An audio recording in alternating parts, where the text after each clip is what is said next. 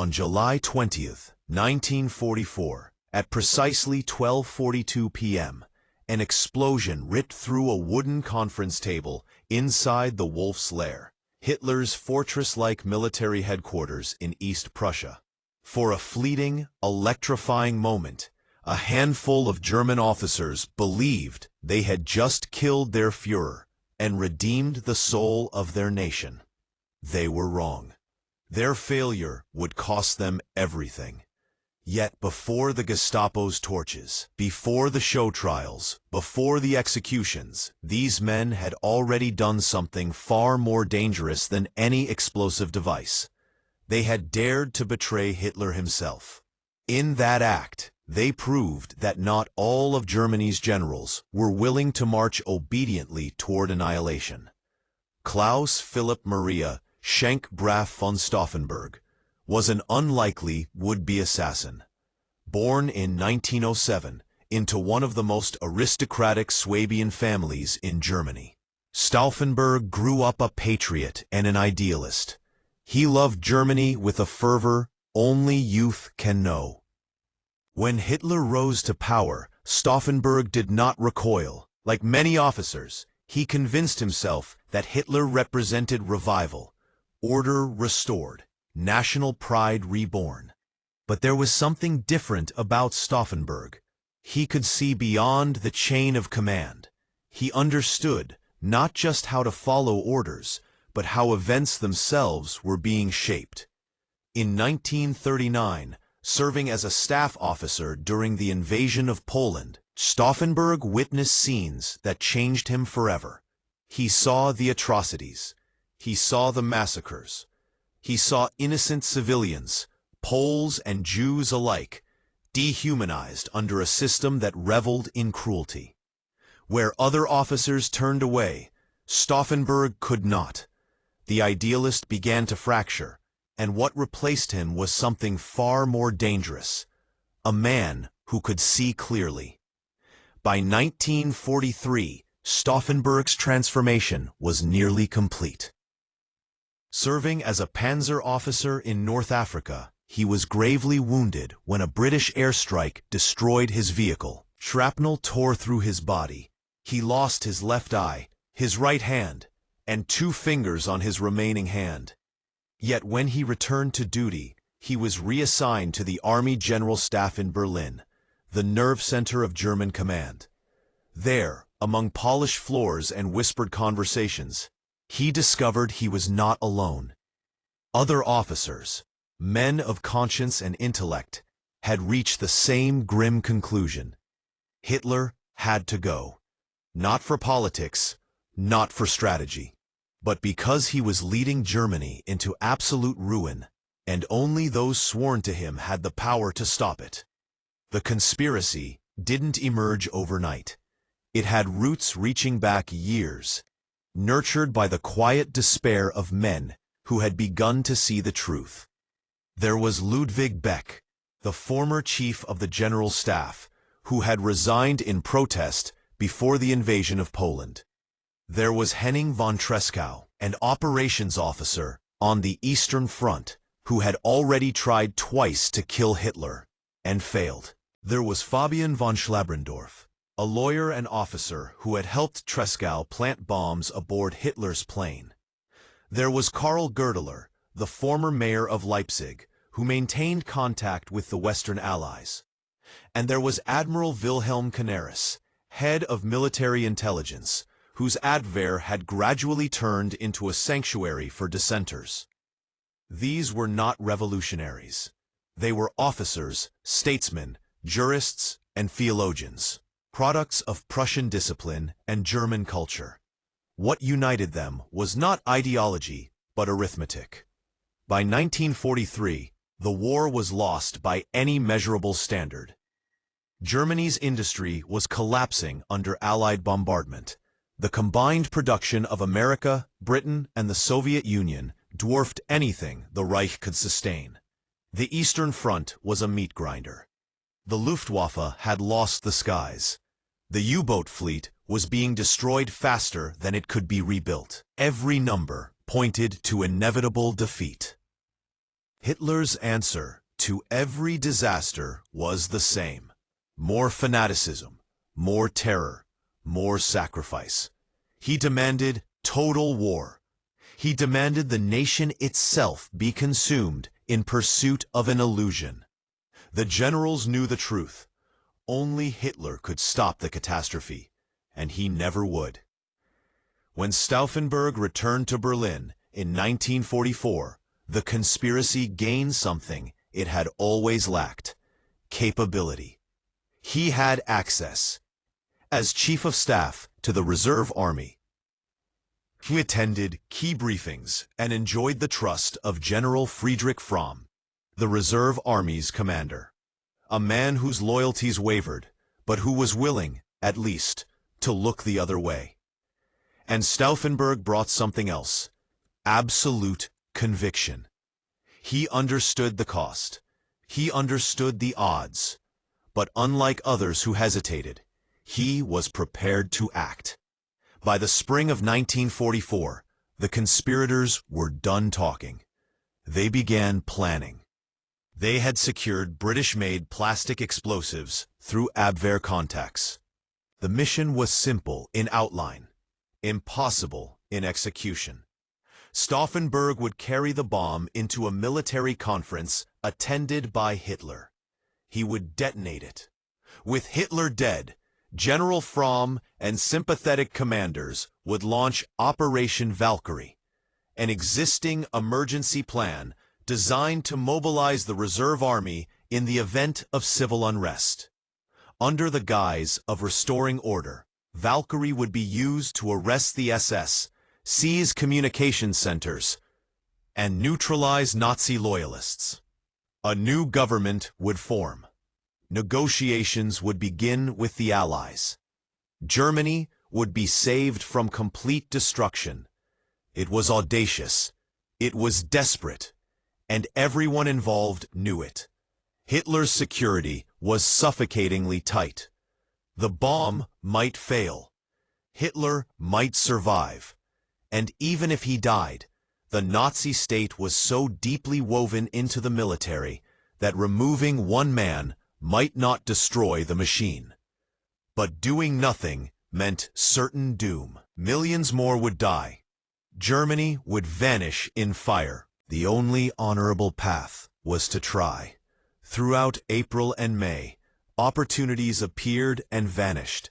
Stauffenberg attended several briefings, but couldn't get close enough. Hitler was surrounded, protected by routine and paranoia. Reinforced bunkers made a clean kill nearly impossible. Yet Stauffenberg persisted. He understood that even an unsuccessful attempt carried moral weight. Failure would still prove that not all Germans had surrendered their souls. As the Allies prepared to land in France, the urgency grew unbearable. By June 1944, with D-Day approaching, the conspirators knew the end was coming. Once the Allies established a foothold in Western Europe, the war's outcome would no longer be uncertain. It would be final. Time was evaporating. Every day Hitler lived, more cities burned, more soldiers died, and Germany sank deeper into ruin. July 20th, 1944, began like any other day inside the Wolf's Lair. The summer air hung heavy over the pine forests of East Prussia. Hitler was scheduled to meet his generals for a briefing on the deteriorating Eastern Front. Field Marshal Erwin Rommel had been wounded and replaced by Field Marshal Günther von Kluge. Senior officers gathered around the long wooden table inside the conference hut. That morning, Stauffenberg arrived carrying 2 bombs hidden in his briefcase, British plastic explosives, carefully prepared. His war wounds, the missing hand and eye, made him seem harmless. Guards searched lightly and waved him through. At 12:30, he entered the conference room. Hitler stood bent over a map, discussing troop movements. Stauffenberg placed his briefcase beneath the table, as close to Hitler as he dared. barely 2 meters away, then excused himself, claiming he needed to make a phone call. He stepped outside. At 12:42, the bomb detonated. The blast tore through the room, splintering the table, shattering windows, killing 4 men instantly. Stauffenberg, watching the fireball erupt, was certain the mission had succeeded, certain Hitler was dead. He sprinted to his car and raced toward the airfield to return to Berlin. Operation Valkyrie had to be set in motion before the regime could react. For one blinding moment, it seemed the impossible had been done. Fromm was informed. Orders went out. The reserve army began to mobilize. In Berlin, SS units were detained, Gestapo officials arrested. Hope surged through men who had lived too long in fear. But by 4:30 that afternoon, the truth shattered their illusion. Hitler had survived. A heavy oak table leg had shielded him from the worst of the explosion. Someone had moved the briefcase slightly moments before the blast, unknowingly saving his life.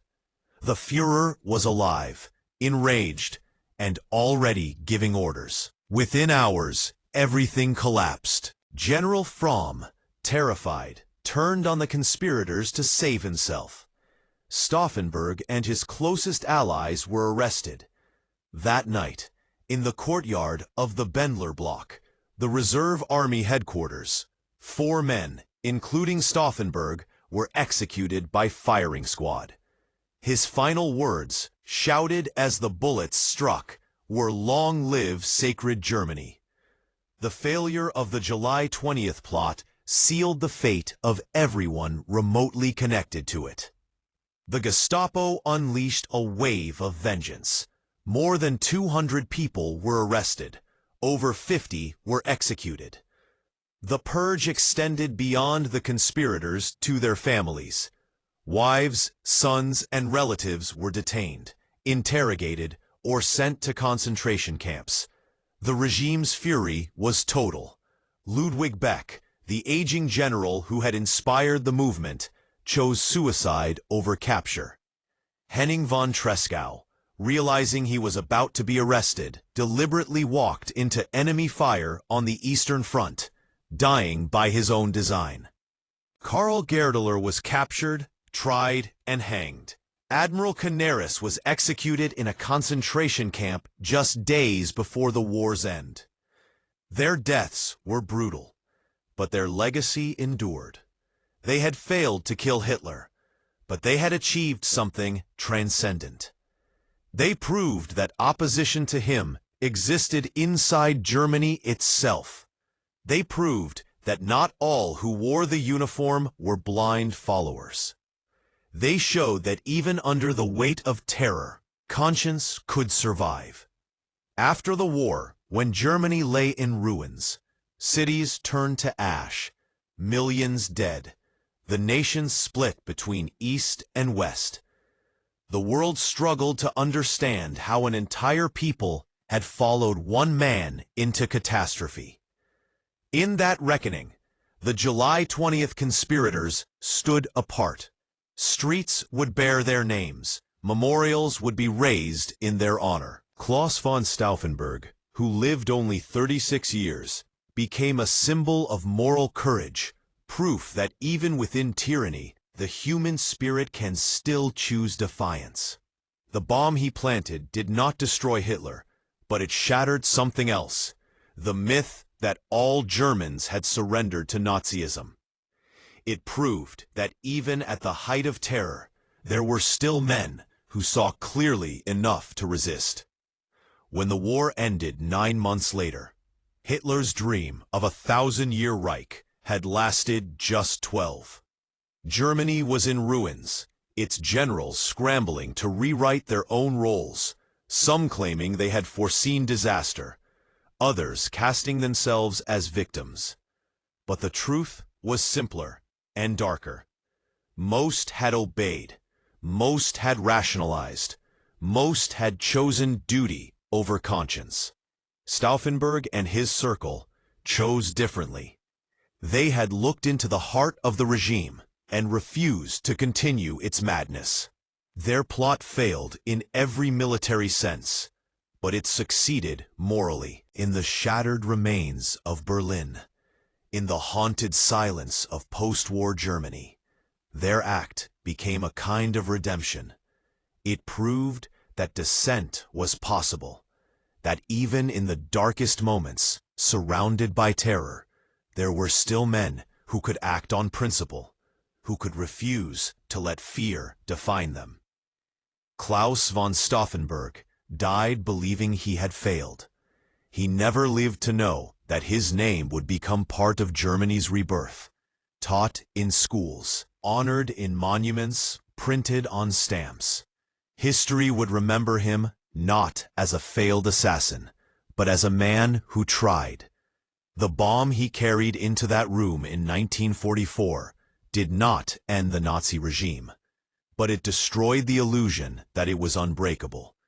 It showed that even within the machinery of totalitarianism, conscience could still find a voice.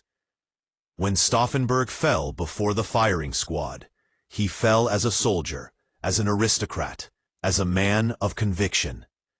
But above all, he fell as a reminder that even when the outcome seems predetermined, even when defeat is certain, the power to choose remains. His decision, made in that summer of 1944 by a one-eyed colonel with 3 fingers, changed nothing about the war's end, but it changed everything about what it means to be German.